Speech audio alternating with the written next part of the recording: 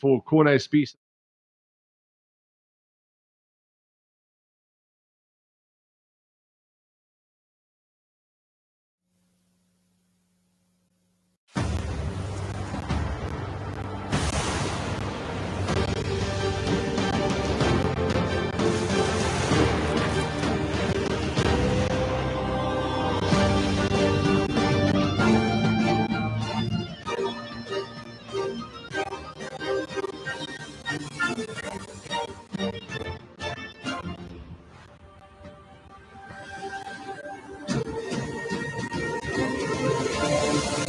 Broadcasting live from the Capital OTB studios, this is Racing Across America with Seth Merrow. We would like to thank Gulfstream Park for their sponsorship of this program and some of the other programming and events here at Capital OTB. Gulfstream Park's championship meet runs now through March 30th with high-quality action throughout, including the Florida Derby on Saturday, March 29th.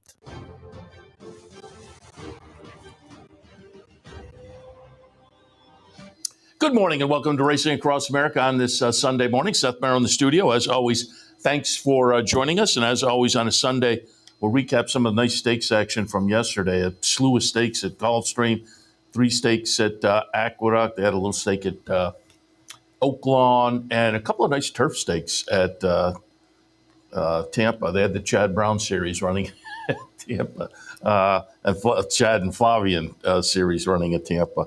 Speaking of which, I wanted to pull up, I'll have a chance in the commercial break because I want to talk about Tampa a little later.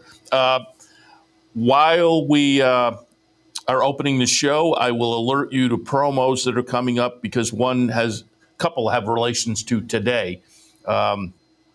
First of all, every Sunday here at the Clubhouse Racebook in February, there will be a King of the Hill contest. So come on down to the Clubhouse Racebook this afternoon. See if maybe you can be crowned King of the Hill today at the Clubhouse Racebook, 711 Central Avenue in Albany. Coming up. Oh, and I do want to remind you the Turfway Bounty Bet in February. We're going to switch it up. It had been an everyday kind of a thing, but in February it's going to be every other Wednesday. We'll continue the Turfway Bounty. So just be aware of that. And I think the next is going to be not this week, but next week. So keep that in mind as far as the Turfway Bounty. There's been a little switch up from every day to every other week, actually. And again, we're more than a week away from the first one of those Wednesdays. So just keep that in mind. There'll be a Fan Appreciation Day on Friday at the Lakeview Inn Easy Bet. So keep that in mind for a little bit later in the week. If you're a patron down in that direction, we'd love to have you stop by on Friday so we can say thank you to you.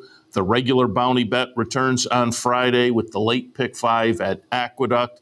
So keep that in mind. And also Friday, a little $100 win-a-bet contest here at the Clubhouse Racebook.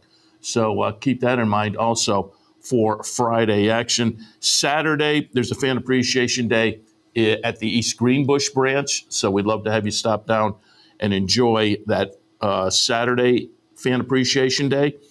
And I said a couple of the events had relations to today. And there's an event next Saturday, $750 online syndicate, but the entries open today.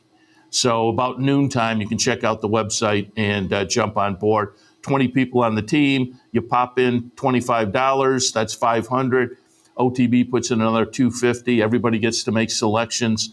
A late pick 5. So keep that in mind for a little bit later today. If that sounds like fun to you, go to capitalotv.com promotions. Look for that logo, that slate right there. Click on that. You'll find an entry form, again, at about noontime today.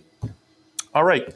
So that catches us up. I also had a little note here, a little news that Mike Welch tweeted out yesterday. We had Dale Romans on yesterday, and we had taped him on Friday. And Dale, when we taped him on Friday, he was 4 for his last 5, or maybe 5 for 6 at that point. And he said, I don't know whether I have ever won 4 in a row before. So he was 5 for 6 at that point. And then he won the second race yesterday, first race he was in, to keep this streak going. A little bit later on in the stakes race, we'll see. He misses by that much. But the firster, Sorcerer's Silver, for our friends at West Point and Company. And Dale said, thanks, Dan. We'll see. You see the West Point colors right there. And this is pretty good because he was pushed. Here he's kind of separated himself a little bit, but he was getting pushed early and then just kind of sprints away in the stretch. And this is a good-looking debut. And again, we taped Dale on Friday, and I asked him about some of his stakes runners, obviously, and a few other horses. But you always want to know about a debut runner. And he said, direct quote was, "I really like this horse." And then he went on to talk about, he thought there was going to be a lot of potential, and Dale necessarily doesn't have him cranked up in debut, but he did think that Sorcerer's Silver would be live, and he was. And so congratulations to Dale and the West Point folks there. I think it was Irod on board, and that was a nice debut win. So they've got a nice little 3-year-old to keep your eyes on. But as I say, Mike Welch tweeted out one of the horses we talked about, Keep It Easy. Also, I'm pretty sure also at West Point, who had won a little stakes race at Churchill at the end of last year, at the end of his 2-year-old season. And Dale said, watch out for this one. It's a 3-year-old, going to be pointing to the Fountain of Youth. And Mike Welch, and Dale said on Friday, we're going to work them tomorrow, meaning Saturday, yesterday. Mike Welch tweeted on the work, Keep It Easy breezed a quick 4 furlongs in 46.71, out 5/8 in a minute .2. And from the tweet, it sounded like, and Mike Welch, adept at watching the workouts, obviously with the workout reports and whatnot, seemed to appreciate the work. So again, Keep It Easy, who we talked about with Dale, and you saw it on the show yesterday, worth keeping in mind going forward to that next 3-year-old stake on the agenda down at Gulfstream. All right, let's take a look at some of that action from yesterday, that stakes action from yesterday. And we'll kind of work our way back. The 12th and final was the Forward Gal. For the gals, the 3-year-old fillies going 7. I liked Stunner. Rojo Rita was a little bit interesting, and then had Eclatant in the 3rd spot. And Stunner ran very well, my top pick at 7-2, but Eclatant got the best of Stunner here. Eclatant was coming out of a 3rd place finish in the Goldenrod at Churchill at 1 1/16. She'd won 2 sprints before that. And then yesterday in the 7 furlong Forward Gal, Eclatant is the number 7 horse. You can see my pick, number 11, running well. Stunner runs very well. Both trained by Brad Cox. So Brad Cox exact in here, running 3rd, number 2, the Queen's MG. That was the Safi runner that had won the Schuylerville and the Adirondack last year up at Saratoga, and the Schuylerville at 44-1. This was the 3-year-old debut for the Queen's MG. I was interested to see how she was going to run. It was a decent little 3rd place finish, but again, Stunner ran well. That was her 3-year-old debut. Ellen J. Foxwoods and Company for Brad Cox. Eclatant obviously ran well to win. The chart margin 1 1/4. And I may have a buyer here. No, there was a few buyers floating around out there. That one hasn't come up yet. I'll be interested to see. But it was a Brad Cox exacta. I mentioned Rojo Rita as being a player. She went off as a 2-1 favorite, wound up 6th, but eventually got disqualified to 11th for ducking in, bumping some horses at about the 3/16. So a little bit disappointing from the favorite. But at 4-1 and 7-2, it was Brad Cox trainees 1-2 for a $43 exacta. So nice result there for the Brad Cox team. And Brad said, as I say, Eclatant wins the first 2 sprinting, stretches to 2 turns at Churchill, runs 3rd behind Good Cheer and Quiet Side, a couple of nice fillies in their own right. And then Brad Cox was quoted yesterday as saying one turn might be her thing for Aqueduct because, again, she cut back to 7 furlongs yesterday. We'll see, though. You have a nice 3-year-old filly. Yesterday picked up some points for the Kentucky Oaks. We'll see what they do. They only have the one race around 2 turns, so I would not be shocked to see at least another try at 2 turns before they absolutely decide. But it was interesting that Brad did make the comment. In the Holy Bull, on the boys' side of things, I liked Tappan Street, as did the betting public at 8-5. Winds up second. The winner in here is Burnham Square. I did not use Burnham Square, but was coming off a big maiden victory in the 3rd start of the career. Burnham Square is going to be the number 7 horse and make a run at 4-1. Tappan Street's the number 3. And so comes into the stretch here as the favorite, running very nicely, but not as nicely as Burnham Square. Burning Glory, 3rd. Ferocious, the number 2 horse, the second choice at 2-1. Oof, Ferocious just did not show up really in the 3-year-old debut. Was coming out of a 5th in the Breeders' Cup Juvenile. Again, talking about Ferocious. But it's shown some punch before that. Had a close-up second to Chancellor McPatrick in that really nice Hopeful up at Saratoga. That was only the 2nd start of the career. So Ferocious had some high hopes, but we shall see off of that 3-year-old debut effort. The flip side is, thought Tappan Street ran okay. Tappan Street, it was only the 2nd start of the career. So came out of a really nice maiden breaker for Brad Cox, WinStar, China Horse Club and Company, and steps right into a grade 3. You run a decent little second, that's fine. But the winner, also relatively lightly raced for Ian Wilkes. 3rd start of the career was the maiden breaker, as I say, last time on the move down to Gulfstream. So seems to have shown some kind of appreciation for Gulfstream, certainly. Stepped out of that to get that nice victory yesterday. Chart margin was just under 2 lengths at, again, 4-1. Edgar Zayas on board for Ian Wilkes. But more importantly, our friend Ron Nicoletti gave it out on the show yesterday. We had Ron on looking at some of the Gulfstream stakes. And I said yesterday, I don't think I have it with me, but there's a nice printable page you can get every day at the Gulfstream website. You can find Brian's picks there, Brian Nadeau. You can find his picks typically on our site. He does the nice matrix over there. But I think Samantha's picks are there every day. I know they are. But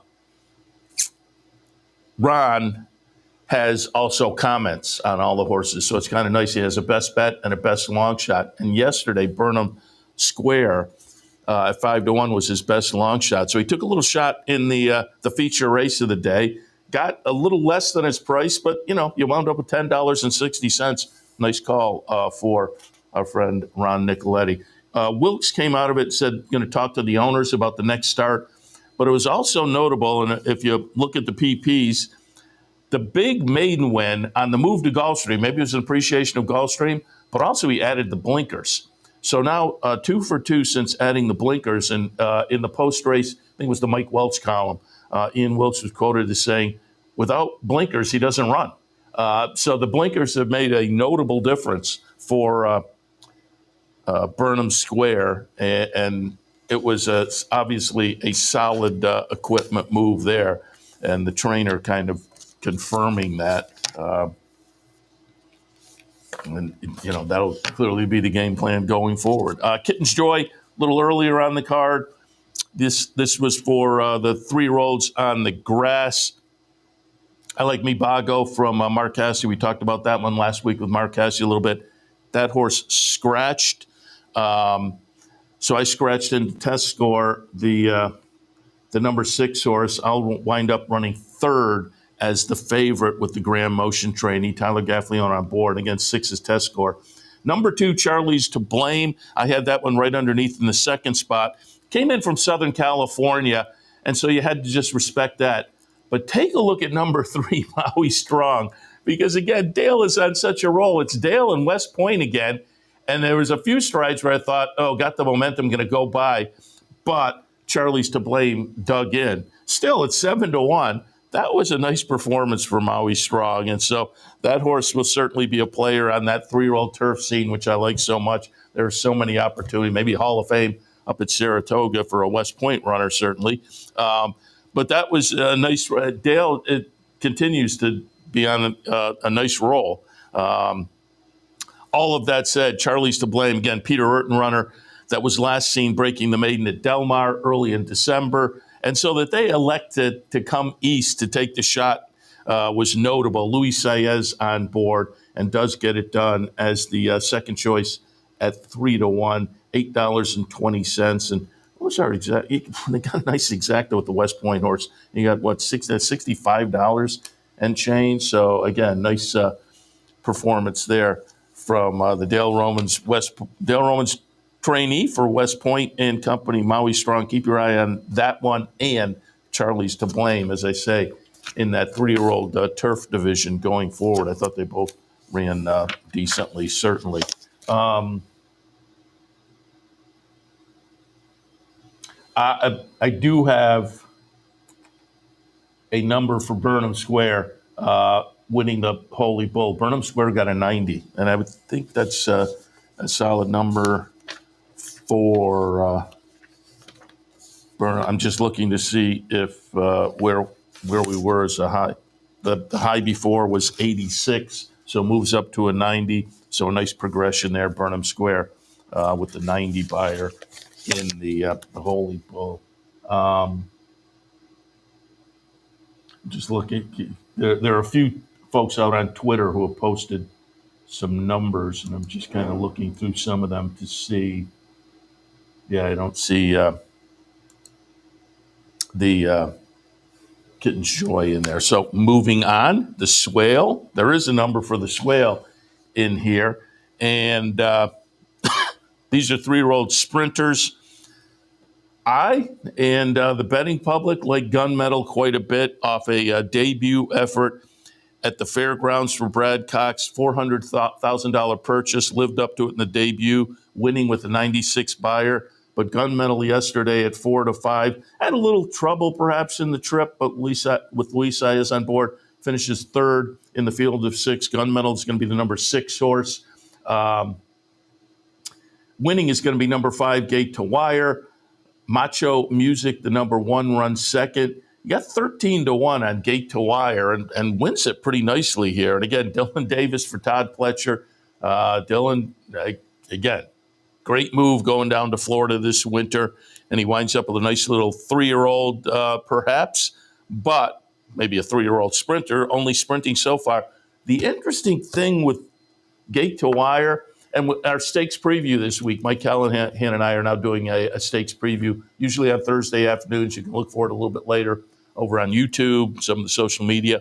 But Mike was kind of looking at this horse as an interesting play. And at 13-1, yes. And part of that price, being a, a Pletcher runner down at Gulfstream, part of that, though, was had never tried the dirt before. Had 3 turf races. Last time out was on the synthetic in an optional claimer, non-winners of 1. And Todd Pletcher, after the race, said, we were looking for something similar to the last race, another non-winners of 1, and it didn't fill. So we thought, we'll give a shot to this. And so goes to the dirt for the first time, and you saw the chart margin there was 5 lengths, $29 and change. So a nice win for Gate to Wire. Again, a little bit of serendipity there of, race didn't fill. Let's jump over into the $165,000 stakes race. But you would think it'll be interesting to see what they do with Gate to Wire. Again, they had 3 turf races. And the first couple of starts were very good. Broke the maiden in the career debut on the turf at Saratoga, then goes down to Belmont at Aqueduct and runs a good second in a turf sprint stakes race. Tried the Breeders' Cup Juvenile Turf Sprint, threw in a dud there, and then came back for the 3-year-old debut with that synthetic non-winners of 1 other than an optional claimer and ran 5th. And they were looking for something similar. Go over to the dirt and just win a nice little stakes race. So I'll be intrigued to see. You would have to think they stick dirt now and look going forward. for that type of an effort. Gate to wire wound up with a nice 93 buyer, which clearly the best, but it's hard to judge, given that it's like 20 points better than his previous. His previous was a 74, but again, he had only run turf and synthetic, so it's hard to judge, what the improvement level was necessarily, because he just seems logically better on the dirt surface. So we will see how it all plays out for that one going forward, but clearly off of yesterday, worth paying attention to. And finally, we'll take a look at the Swedish Chant. Again, all 3-year-old stakes races yesterday down at Gulfstream. Swedish Chant 3-year-old fillies going mile and a 16th on the grass. I liked Vixen. I think Vixen, if I'm not mistaken, as I watched the simulcast signal from Gulfstream, I think Brian Nadeau had that as his best play of the day, as well as most likely winner. 4 to 5, so the betting public was right there as well. Johnny Velasquez was on board for Mark Cassie, who again continues to have a very good meet. Vixen, I mentioned it yesterday as I was handicapping. We were up at Woodbine for Woodbine Mile weekend, which included the Natalma. Mike Callahan and I did the handicapping show, and then later, I think it was Ron Gierking from the Racing Forum, but it might have been one of the Woodbine folks as well. Regardless, during the handicapping show, Mike Callahan liked Vixen. I liked Nitrogen in the Natalma, who went off at about 40 to 1 and looked a winner at about the 16th pole. But then Vixen goes by. But getting the best of both of them was in one more time. And again, whoever it was, Ron Gierking or one of the Woodbine people, had that one as their top pick. So the point being, if you watched it, pulled all our top picks and put them together, it was a nice little triple in there with Nitrogen, as I say, following it up nicely, finishing it up nicely with a big price. Nitrogen subsequently runs third in the Breeders' Cup Juvenile Filly Turf, again at a big price, and again looking live late. So I missed. Subsequently comes down to Florida and wins a stake, but not at the same. So I got my win finally with Nitrogen, but not at the price the previous two races was offering. But in that Breeders' Cup Juvenile Filly Turf, Nitrogen was third, Vixen was sixth in there. This was the first start back from that. And given what the horse had done prior to the Breeders' Cup, again, took the favoritism and wound up a winner by 2 1/4 lengths. Vixen's going to be the number 8 horse here. Ramsey Pond, number 3, runs second. And Corretto, the second choice at 9 to 5, runs third. It was a field of only 6. And it is Vixen getting it done under John Velasquez for Mark Cassie. And the time was slightly faster than the boys on the grass a little bit later on. So it was a nice performance for Vixen in the 3-year-old seasonal debut. All right, that takes you through action at Gulfstream. We'll take a little break. When we come back, as I say, there were some nice stakes at Aqueduct, Tampa, Oaklawn. Oh, and we'll look at the Bob Lewis as well out at Santa Anita, because that had a nice result, you would think, as far as taking a look on the Triple Crown Trail. So all of that when Racing Across America continues. Stay tuned.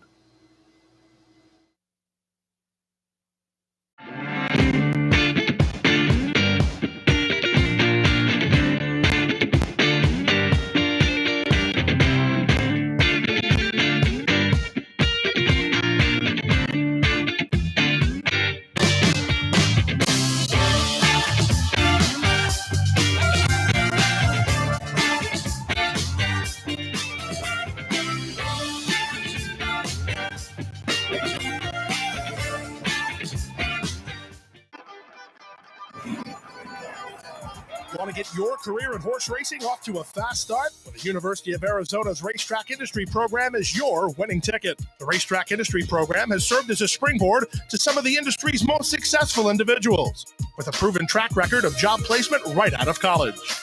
If you want to earn a degree in the exciting horse racing industry, the Racetrack Industry Program can put you in the winner's circle.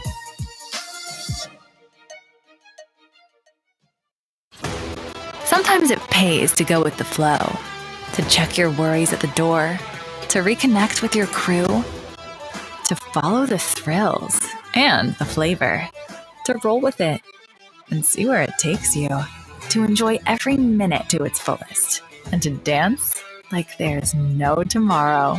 You can do that here at Rivers Casino and Resort Schenectady, where the good times flow.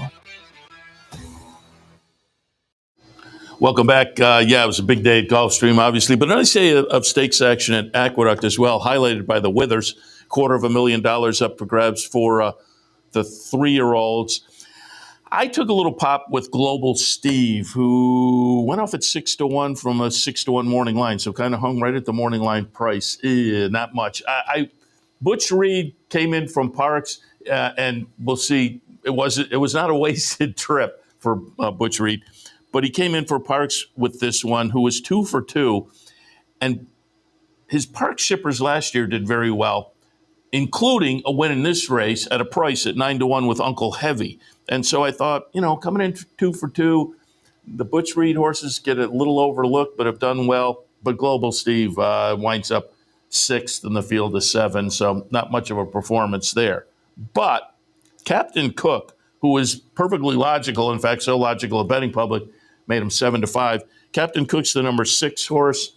Surfside Moon, the number 2, 33-1. Kind of makes it interesting a little bit. I don't know whether you were ever sweating, really, but did make it interesting at a price. Omaha Queen winds up running 3rd, as I say. Global Steve, not that impressive. But Captain Cook debuted at Churchill running 6th back in October. This was a horse, I'm assuming was running in the Mary Lou Whitney stable ownership, but that was, John Hendricks had control over that, obviously, at this point. And then, the unfortunate passing of John Hendrickson subsequently put this horse in a dispersal sale, and Captain Cook was sold at the dispersal sale, the John Hendrickson dispersal, last November for $410,000. Turned out to be a clever purchase. St. Elias moves the horse from Norm Cassie, who was training for Hendrickson, and gives the horse to Rick Dutrow, who wins and breaks the maiden late in December convincingly, and then they pop into the Withers and win that pretty convincingly as the favorite. So turned out to be, they didn't spare any change at $400,000 for a horse who in debut had run 6th, but they wind up now with a couple of wins, the Maiden Breaker convincingly, and a nice win in the Withers yesterday, and did it with a 94 buyer. 3-year-old this time of year, that's a solid number. It was a nice continued progression, 71 in debut, 83, and then a 94 yesterday.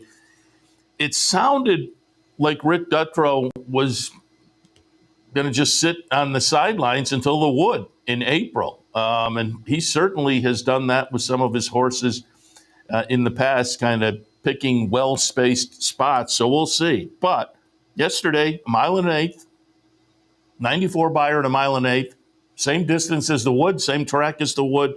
So again, we might not see this one until April 5th in the Wood Memorial, but Captain Cook looked pretty good. We'll see what the game plan is for Surfside Moon, because again, that was a nice performance. Jim Lawrence bringing that one up from his base in the Mid-Atlantic. Two of the last 3 starts were on the turf, and then in between those was an off-the-turfer. So it was interesting. Started the career on the dirt. They were okay. Then had some turf starts that were, they were okay as well. Broke the maiden on the turf. Now tried the dirt. So it'll be interesting to see is the point of where they go forward, because I think they have a horse, again, broke the maiden on the turf. So I think they have a horse. I always love these kind. You have a horse that can perform on either surface. It'll be interesting to see how they pick their spots. At some point, it always seems like the connections eventually say, all right, we're more meant over here. But we'll see if yesterday was enough of a decision for that one to go in one direction or the other. but still, relatively lightly raced with only that being the sixth start. So Surfside Moon comes out of it being interesting. Captain Cook comes out of it being a contender, again, with a solid 94 buyer yesterday in the win in the Withers. Manny Franco was on board. I don't think I mentioned that. So congratulations to all involved on the nice win. A little bit earlier, I was surprised in a happy way with the result, the odds mainly for the Toboggan. Toboggan, older horses going 7. I like Maximus Meridius, who was 3-1 on the morning line and went off at 6-1.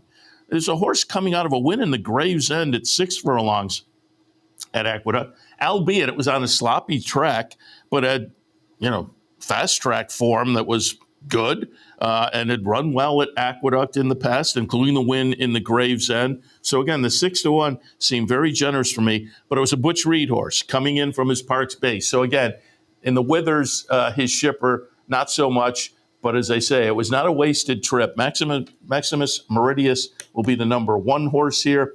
Number 5 is Running Son of a Gun, and number 2 is Full Moon Madness, running second and third.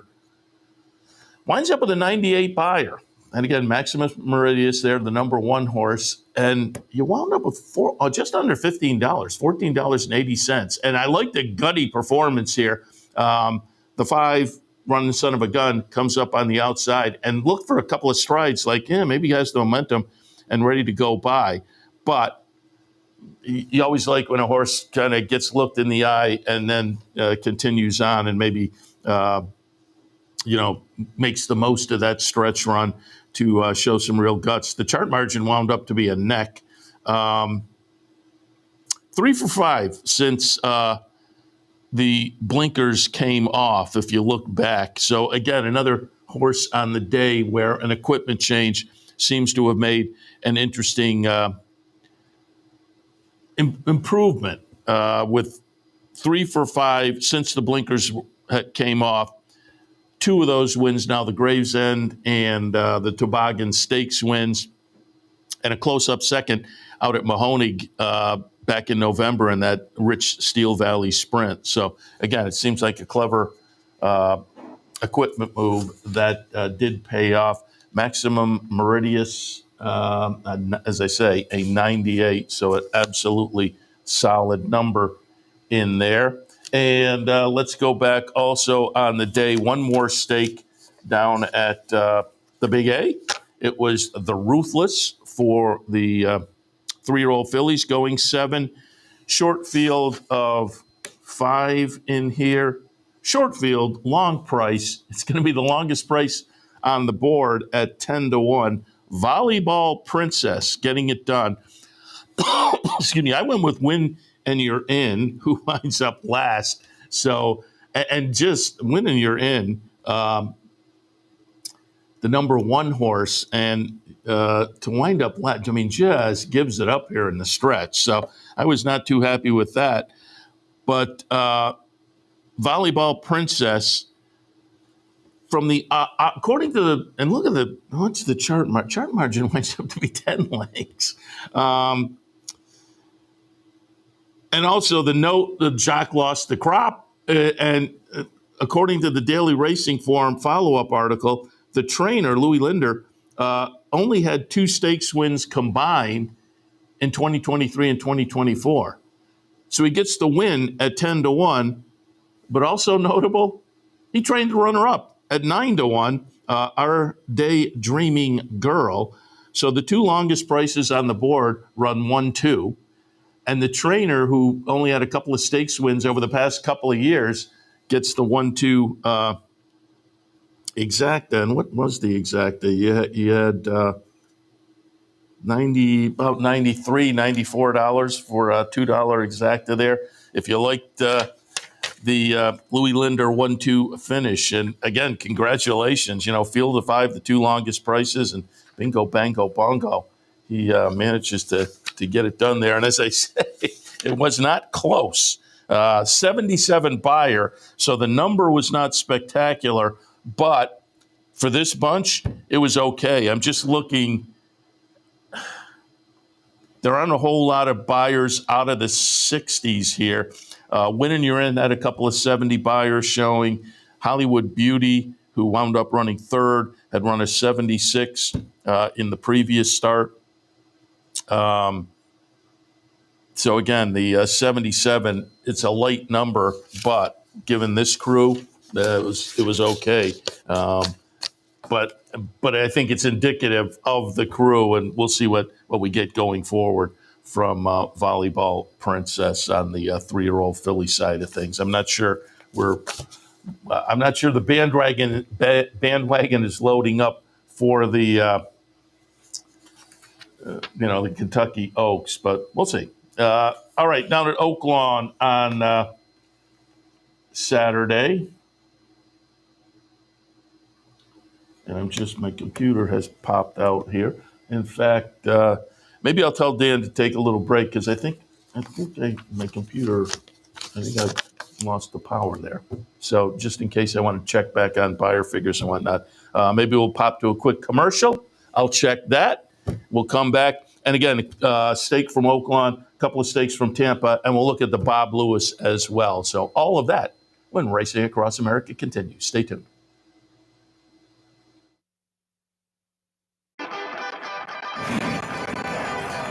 Want to get your career in horse racing off to a fast start? Well, the University of Arizona's Racetrack Industry Program is your winning ticket. The Racetrack Industry Program has served as a springboard to some of the industry's most successful individuals, with a proven track record of job placement right out of college.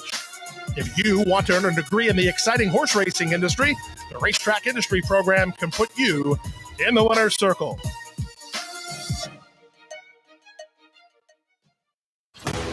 Sometimes it pays to go with the flow, to check your worries at the door, to reconnect with your crew, to follow the thrills and the flavor, to roll with it and see where it takes you, to enjoy every minute to its fullest, and to dance like there's no tomorrow.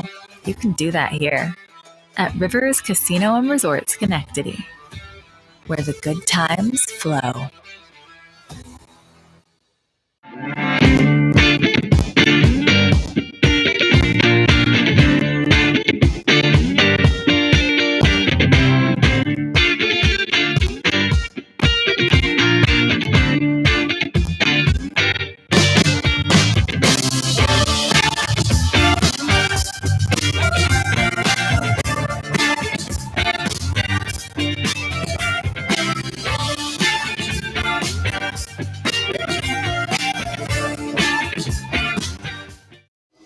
Welcome back to Racing Across America. Seth Merrow in the studio. Got things sorted out there. I came loose from the plug on the floor, so we are good to go now. Again, we'll look at the American Beauty yesterday at Oaklawn. $150,000 up for the grabs for the fillies and mares going 6 furlongs. Benedetta, Keith Asmussen on board for his dad. Not the Eclipse winner, but the brother, and will wind up getting a 4th victory in a row for the Asmussen trainee as Benedetta does score here. And the chart margin is a length and a quarter. Went off as the 8-5 favorite. Fibber runs second, the number 1 horse, as the close-up second choice, close-up third choice. Text runs third. So again, nice performance by the winner. And again, the second and third place finishers took action. They were both. I mean, there was a neck separating second and third, so they were both just a little more than a length behind. So, top 3 all ran well in here. But Benedetta, as I say, 4th victory in a row. That started with an allowance event at Churchill, then an optional claimer allowance, non-winners to 2 at Churchill, and then a little stakes, $200,000 stakes race at Mahoning Valley to wind up the 3-year-old season. This was the 4-year-old debut. So again, nice little stakes race to kick off the season on the Philly and Mayer sprint side of things. So congratulations down there. That was the the stakes on that card at Oaklawn. They had a couple of nice stakes, and excuse me for hesitating here because I'm trying to pull up that chart to verify. I read it and I just wanted to make sure at Tampa yesterday. We'll see in both of the stakes. It was a very good day, obviously, for Chad Brown and Flavien Prat. But here we go. Now I have it. From what I read, Chad sent 4 horses over for turf races at Tampa. And there's one. In the 4th, Goncora, Chad and Flavien win by 5 as the 30 cent to the dollar favorite. And then we'll see the stakes wins coming up here. And I'm just seeing what the 2 stakes wins, and then the finale as well they grabbed. So it was there were 4 turf runners yesterday at Tampa with Flavien Prat on board. Yeah, they won all of them. So again, we'll take a look now at that stakes action. However, it was the two really nice turf stakes yesterday. It was a Turf Festival Day, I think they called it. But it was again a nice couple of stakes carded with horses we're familiar with in New York, connections we're familiar with, obviously Chad Brown, and in the Endeavor for the Phillies and Mayors going 1 1/16 on the grass. Saffron Moon, the number 4 horse, winds up as the 9-5 favorite. Chad and Flavien. See You Around is going to wind up running second in here. That one was a Christophe Clement runner with Eric Consell down in Florida to jump on board. And then running third was Venencia, another Chad Brown runner. But it is the number 4 horse. You can see kind of winding up here. And right about here, you feel like the momentum is going to take that one right on by. Saffron Moon, Chad, Flavien Prat, and at the favored 9-5 winds up $5.60. The Euro import underneath for Christophe Clement winds up a little over 2 lengths behind and ahead in front of the other Chad horse, Venencia. But you wind up with $30 with a couple of clearly logical horses. Obviously, Saffron Moon went off as the favorite, but See You Around. Again, European import, came over here last November and ran 6th in the Pebbles down at Aqueduct, but then middle of December ran in the Tropical Park Oaks at Gulfstream and won that one. So again, a decent little, $30 for the exacta for those 2 horses. Decent little price there. A little bit later on, more of the same, as it were, in the Tampa Bay. This one was for the 4-year-olds and up on the male side, going 1 1/16. Our friends at West Point and Cherie DeVoe had Northern Invader in here. Hadn't been seen since Saratoga in the Kelso running 3rd. So had been on the sidelines for quite a while. But Northern Invader has been a very nice stakes level runner for them, stakes winner for them in the past. So Northern Invader, the question mark was the layoff. But it's going to wind up running very well here off the layoff. However, again, it's Chad and Flavien. The number 2 horse is Running B. Nice stakes performer for that team. Running B, last seen in the Artie Schiller at Belmont at Aqueduct early in November. So also coming back, not as long a layoff as Northern Invader. But you can see Northern Invader on the lead here, just not going to be able to hold off the late run of number 2, Running B. Does hold up, kind of gut it out for the photo for second, though, over Irish Aces. who was in there for Brendan Walsh and ran very well. So all three of those, I mean, the winner, 3/4 of a length, and then the nose separated second and third, and they were about 7 lengths ahead of the rest of them. So, again, all three of those ran very well. And as I say, in the midst of, this was victory number 3 of 4 for the Chad Brown, Flavian Prat team down at Tampa yesterday. $4 even on top, and with Northern Invader, you wound up just under $14 for the exacta. So again, betting public was there. And Northern Invader, again, off a layoff like that, that was a nice performance. And then to get gutsy in the place photo. So we'll see where Northern Invader winds up. But again, with those connections, I think we'll see that one up at Saratoga at some point. And finally, on the stakes reviews here, the recaps, the Bob Lewis yesterday out at Santa Anita, grade 3 event. And there were 3 very nice horses in there, all from Bob Baffert. Matticat Road was coming out of a maiden breaker in the second career start. They had debuted that one in a stake at Del Mar and ran second behind Bullard. So Matticat Road had potential. Rodriguez was coming out of a maiden breaker in the second career start with a triple-digit buyer.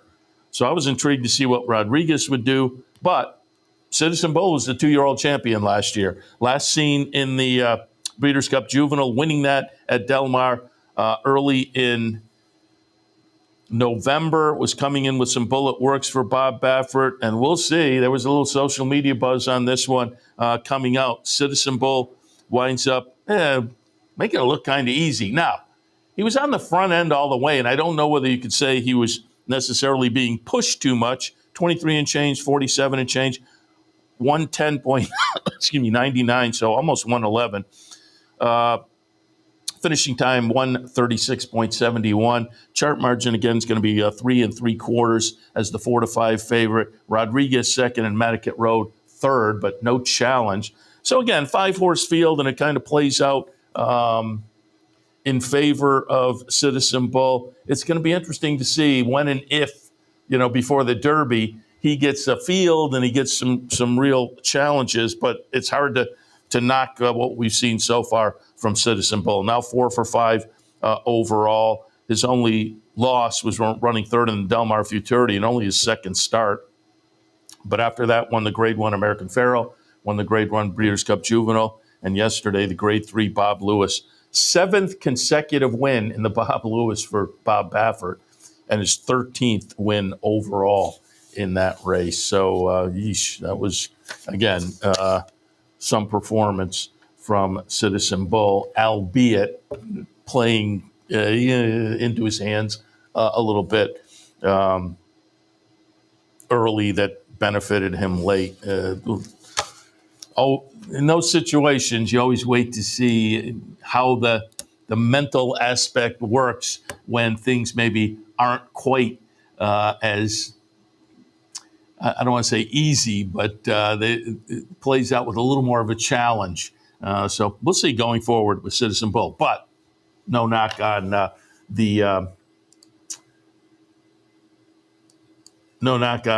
performance yesterday or the record so far. I guess the knock is the easy trip, but it's the seasonal debut.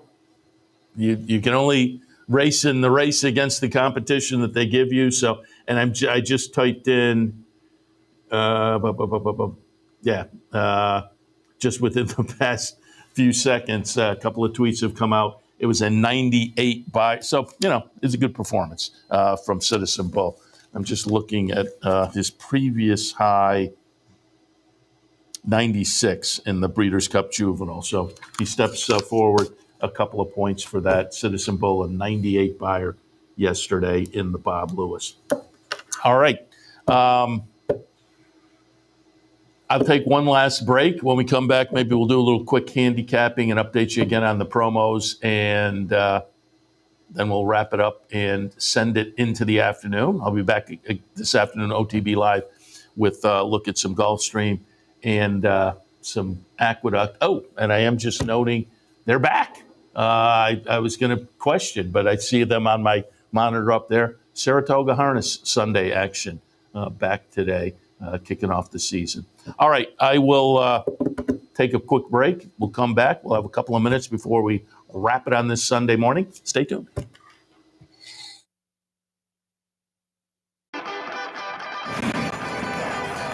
Want to get your career in horse racing off to a fast start? Well, the University of Arizona's Racetrack Industry Program is your winning ticket. The Racetrack Industry Program has served as a springboard to some of the industry's most successful individuals, with a proven track record of job placement right out of college.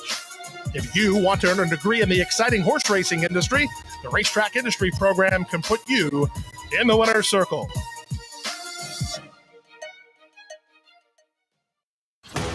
Sometimes it pays to go with the flow, to check your worries at the door, to reconnect with your crew, to follow the thrills and the flavor, to roll with it and see where it takes you, to enjoy every minute to its fullest, and to dance like there's no tomorrow. You can do that here at Rivers Casino and Resort Schenectady, where the good times flow.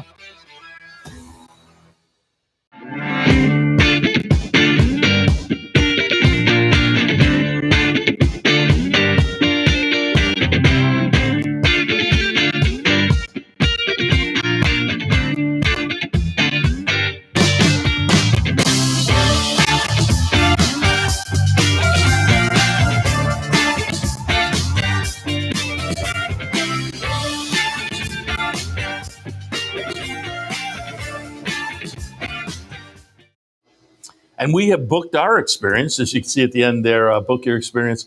I don't know if we mentioned it, but we'll be down again this year for Florida Derby down at Gulfstream. Looking forward to that, certainly, and some warmer weather. Got in the car this morning in single digits. It was a chilly ride in this morning. So, again, we're looking forward to our trip.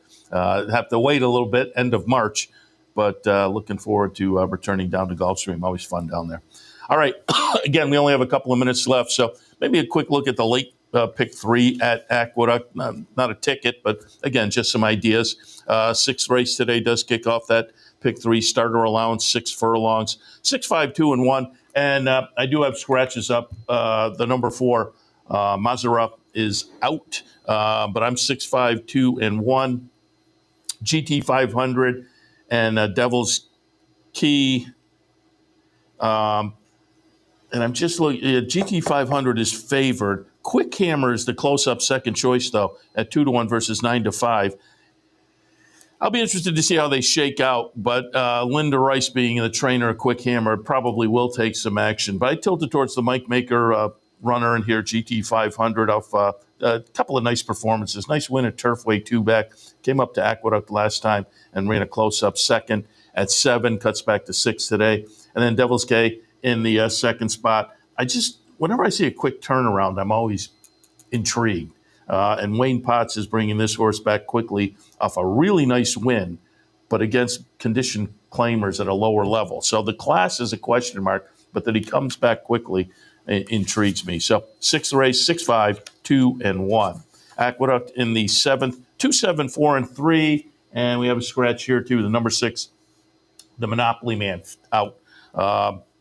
But again, 2, 7, 4, and 3 for me in the Aqueduct 7th. Scat to Tap on top. Not jumping in with a lot of confidence. Nice win, 3-back conditional claimer, and tried this company in the last 2 and was 4th and then 3rd, but showed a little improvement.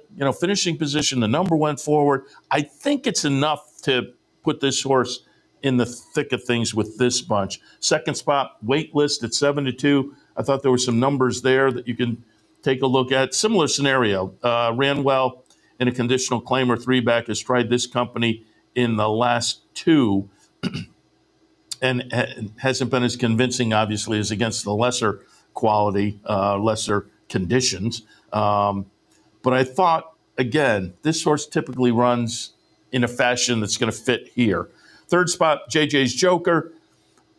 Again, been facing this type of company and has been running just well enough to think, I can put this one in the mix. Melt With You, I think, has to be potentially looked at as well.